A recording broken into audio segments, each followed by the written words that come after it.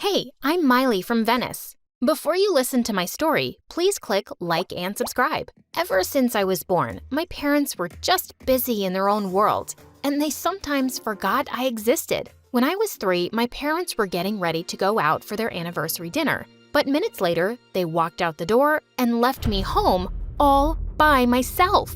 I ran to the window and started yelling out loud, and that's when they came back running. Oh God, what are you still doing here? You're making us late. But you forgot me, Mommy. Come on, no time to talk. Hurry up. This kind of stuff happened all the time. Then once when I was in 4th grade, I invited them for my annual day function. I was playing the role of a princess and was super excited for Mom and Dad to see me. But like always, they didn't show up. Ugh, I was so pissed. The other kids were taking pictures with their family while I was standing there all alone.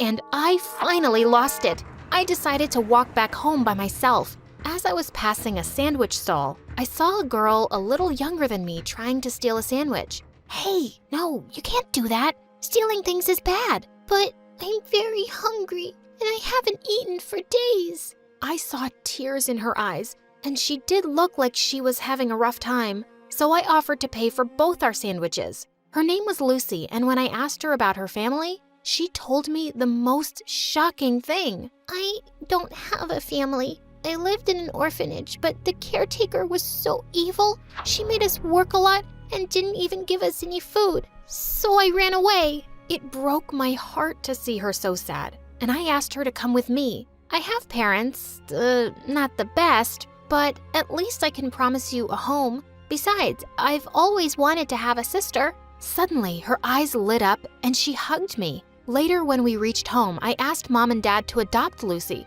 but they refused straight to my face. But Mom, I really want a sister. You guys barely have time for me, so you picked a thief from the streets? Not happening. They took Lucy back to the orphanage, and I cried my heart out. I wouldn't even eat or sleep, and I'd run off to the orphanage and wait for Lucy outside every day. Seeing me this way, my parents finally gave in and agreed to officially adopt Lucy. And I was the happiest. And in no time, we were like real sisters. Soon after, Lucy was starting school with me. And even though she was nervous, I promised I'd be there for her all the time. But the moment we entered, we fell in the eyes of Diana, the meanest girl in the school. Hey, Miley, is that your new adopted sister?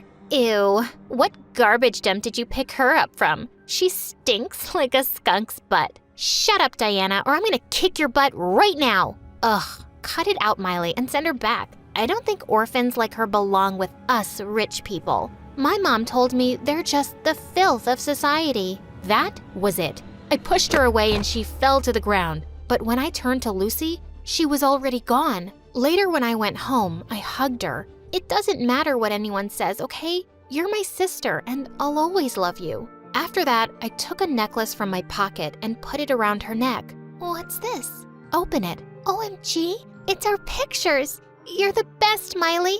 I love you. And I really loved her too. Days passed, and I was always there to watch over Lucy. No one was gonna mess around with her as long as I was around. Then one day in 8th grade, we were given a math test when I suddenly looked up to see Lucy passing some sheets to Diana through the window. What the crackling crabs? I didn't want her to be caught by the teacher, so I kept quiet. But later when I went to the cafeteria, I saw Lucy at a table surrounded by Diana and her minions. What was this witch up to now? What's going on here? Leave my sister alone, you witch. No, Miley, she's my friend, and we're just having lunch together. Friend? Are you crazy? She's a bully. Stay away from her. Ooh, it looks like someone's really possessive. And it's not like I threatened her to hang out with me. She wants to be friends with the cool kids. What is she talking about, Lucy? You come with me right now. You're not staying with these girls another second. I tried pulling Lucy away, but she brushed off my hand roughly. No, I'm not going anywhere. And please, don't embarrass me in front of my friends. I'm not a baby. I couldn't believe my ears. My sister was fighting me for some bully? Later, when Lucy came home, I tried to talk to her, but she wouldn't listen. She's not bad, okay? She saved me from other mean girls in the washroom once and asked me to join her gang. Now I'm cool like them, don't you see? She's turning you into a bad person like her. I saw you helping her cheat today, Lucy, and that's not cool. But my words had no effect on her. And after that, she started hanging around with Diana all the time. She'd be carrying around Diana's books, bringing her food, wiping the table clean for her. It was so annoying. She even missed my birthday and went shopping with Diana. And when I saw her pictures on Diana's account, Lucy was carrying loads of bags after her like a maid. Why was she such a doormat? A few days later during recess, I walked into the girls' bathroom and to my shock, I found Lucy ripping a little girl's notebook and throwing them in the toilet while Diana and her minions were watching. What are you doing, Lucy? Have you lost your mind? Drop that book right now. Ooh, here comes the bossy older sister. She just wants to tame you and put you on a leash like a dog. Do you want that, Lucy?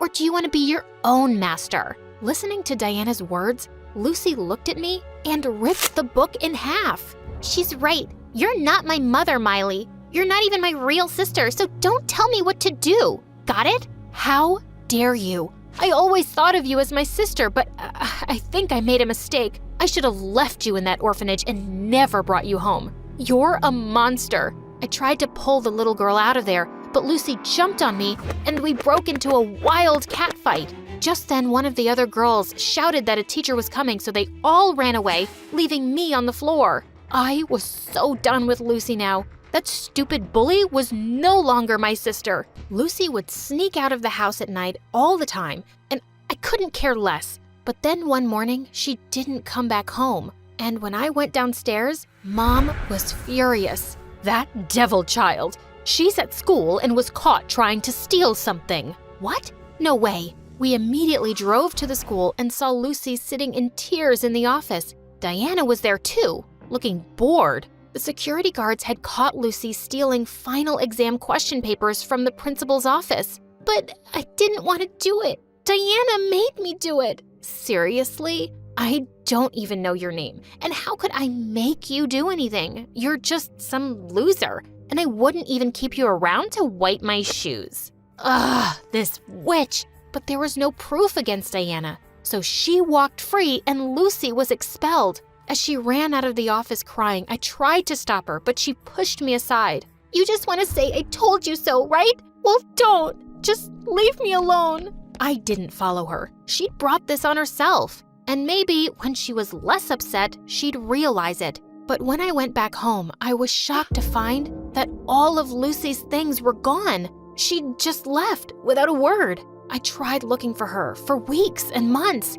but didn't find her anywhere. Soon after, I left for college where I met John. We fell madly in love and got married soon after. My married life was perfect. But a few years later, I discovered that I could never have children. Both me and John were devastated by the news. And as years passed, things started to get worse. On our 5th anniversary, I cooked John's favorite dinner and waited for him to come home, but he didn't show up at all. And the next morning, the doorbell rang, and I found 2 kids about 3 years old holding a letter addressed to me. Miley, please forgive me, but I can't take care of these kids anymore. I've lost all my money and I'm in debt and I have to leave. Please don't look for me. I stared at John's handwriting in complete shock. And now he was running away and leaving them with me? Oh my God, that jerk! I immediately took the kids to the police, and it turned out they were my husband's kids, and their mom passed away some time ago. The cops decided to send these kids to the orphanage, and that instantly reminded me of Lucy. My heart sank thinking how awful her orphanage was. And without thinking, I suddenly yelled, "No, I'll adopt them." And in no time, the kids moved in to live with me. Their names were Dan and Dean, and they were adorable. The first night, I fell asleep next to them. A few hours later, I woke up to crazy sounds. I rushed downstairs and saw them banging on pots and laughing. Quiet! Are you both babies or devils? They both dropped everything and ran towards me. Sorry. We play. I instantly melted. Later, I took them out shopping for toys and clothes. When we came home, they were both full of smiles and even kissed me. It just warmed my heart like nothing before. My life felt perfect. A few years passed, and the kids forgot they had another mother before me. Then once when Dean was in the 3rd grade, I found him crying in his room. Oh, honey, what happened? He told me there was some guy in his class who was bullying him. He even had bruises on his face. Oh, baby. I'll talk to the principal and his mom, and you'll be fine. Mom's got you. The next day at the parent-teacher meeting, I waited for the kids to point the bully's mom out to me. When they did, I went ahead and tapped her on the shoulder. "Excuse me, is that your kid?" I turned around, and my jaw dropped. "Miley? Lucy?" Oh my God. We just stared at each other in shock, and then I spoke. "Was it your kid who bullied my son?" "What? Not possible. My son is an angel." "Oh, really? Then why does he steal my kids' lunch and hit them? Is that what you're teaching him?" "How I raise my son is none of your business, bossy pants. If my kid gets hurt, it is my business. Keep your kid away from them." I walked off quickly before she made a scene. But on our way back home, I couldn't stop thinking about Lucy. She looked so different and pretty, but I didn't have anything to do with her now. A few days later, the kids insisted on me taking them to the school carnival. When we got there, they ran off to have fun with their friends, and I got busy with the other mothers. But moments later, we heard a loud noise, and my heart jumped when we saw a huge fire had broken out in one of the tents. I started looking for the kids and found Dean immediately, but Dan was missing. I was shouting his name and looking everywhere, but what I saw next shocked me. Lucy was there, and she was walking out of flames with Dan in her arms. Oh my God, what happened? Is he okay? I hugged Dan tight and then saw Lucy's hand. It was all burned by the flames. I stayed by her side as the medical team bandaged her hand, and then I spoke. "Lucy, I can't ever thank you enough for what you did. But why'd you risk your life for my kid?" "'Cause he's your son and you love him."